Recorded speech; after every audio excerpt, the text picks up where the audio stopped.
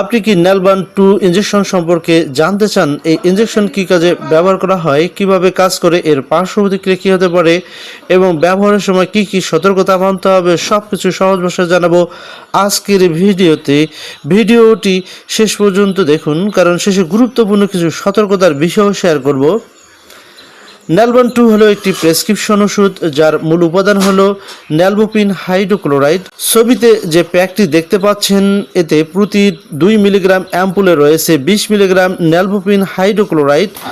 এটি সাধারণ ইন্টারভেনাস অর্থাৎ আইভি অথবা আইএম আকারে শরীরে দেওয়া হয়ে থাকে।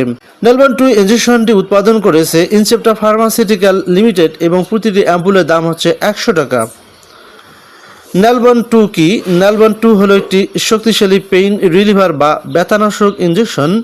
এটি মাঝারি থেকে তীব্র ব্যথা কমাতে চিকিৎসকের পরামর্শ অনুযায়ী ব্যবহার করা হয়, বিশেষ করে অপারেশনের আগে বা পরে ব্যথা নিয়ন্ত্রণের জন্য। এছাড়া গুরুতর আঘাতজনিত ব্যথা সারাতে এবং কিছু ক্ষেত্রে প্রসবকালীন ব্যথা নিয়ন্ত্রণে এবং বিশেষ করে হাসপাতালে বিশেষ চিকিৎসা পরিস্থিতিতে এই ইনজেকশনটি ডাক্তাররা ব্যবহার করে থাকেন।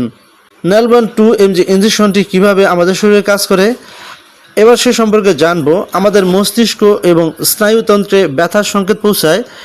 নেলবোপিন সেই সংকেতের উপর কাজ করে ব্যথার অনুভূতি কমিয়ে দেয়, ফলে রোগী স্বস্তি অনুভব করতে পারেন। তবে এটি শুধুমাত্র চিকিৎসকের তত্ত্বাবধানে ব্যবহার করা উচিত। নেলবান 2 এমজি ইনজেকশনটির কোনো পার্শ্ব প্রতিক্রিয়া আছে কিনা? সাধারণ পার্শ্ব প্রতিক্রিয়ার মধ্যে থাকতে পারে মাথা ঘোরা, ঘুম ঘুম ভাব, বমি ভাব অথবা মুখ শুকিয়ে যাওয়া, ঘাম হওয়া অথবা দুর্বল লাগা। কিছু ক্ষেত্রে শ্বাস প্রশ্বাস ধীর হতে পারে, যা গুরুতর হতে পারে। তাই কোনো অস্বাভাবিক লক্ষণ দেখা দিলে দ্রুত চিকিৎসকের সাথে যোগাযোগ করা উচিত। নেলবান 2 ইনজেকশনটি ব্যবহারের সময় সতর্কতা। নেলবান 2 কখনোই নিজে ব্যবহার করা যাবে না। ডাক্তারকে অবশ্যই জানান যদি আপনার শ্বাসকষ্টের সমস্যা থাকে, লিভার বা কিডনিতে অসুবিধা থাকে, আপনি গর্ভবতী হন বা শিশুকে বুকের দুধ খাওয়ান, অন্য কোনো ওষুধ গ্রহণ করে থাকেন। ইনজেকশন নেওয়ার পরে মাথা ঘোরা বা তন্দ্রা অনুভূত হতে পারে, তাই গাড়ি চালানো বা ঝুঁকিপূর্ণ কাজ এড়িয়ে চলতে হবে। সো সম্মানিত ভিউয়ার্স, মনে রাখবেন নেলবান 2 এটি প্রেসক্রিপশন মেডিসিন। শুধুমাত্র নিবন্ধিত চিকিৎসকের পরামর্শ অনুযায়ী এটি ব্যবহার করতে হবে।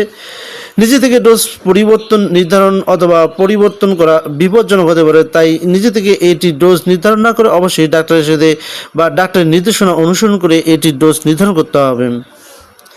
সো সম্মানিত ভিউয়ার্স, আশা করি নেলবান 2 ইনজেকশন সম্পর্কে সহজ ভাষায় পরিষ্কার ধারণা পেয়েছেন। এ ধরনের ঔষধ সম্পর্কিত আরও তথ্যবহুল ভিডিও পেতে আমাদের চ্যানেলটিকে সাবস্ক্রাইব করুন, ভিডিওতে লাইক দিন এবং আপনার কোনো প্রশ্ন থাকলে অবশ্যই কমেন্ট বক্সে কমেন্ট করে জানিয়ে দিন। সো আজকের মতো এখানেই বিদায় নিচ্ছি। দেখা হবে পরবর্তীতে নতুন কোনো মেডিসিনের রিভিউ নিয়ে। আল্লাহ হাফেজ।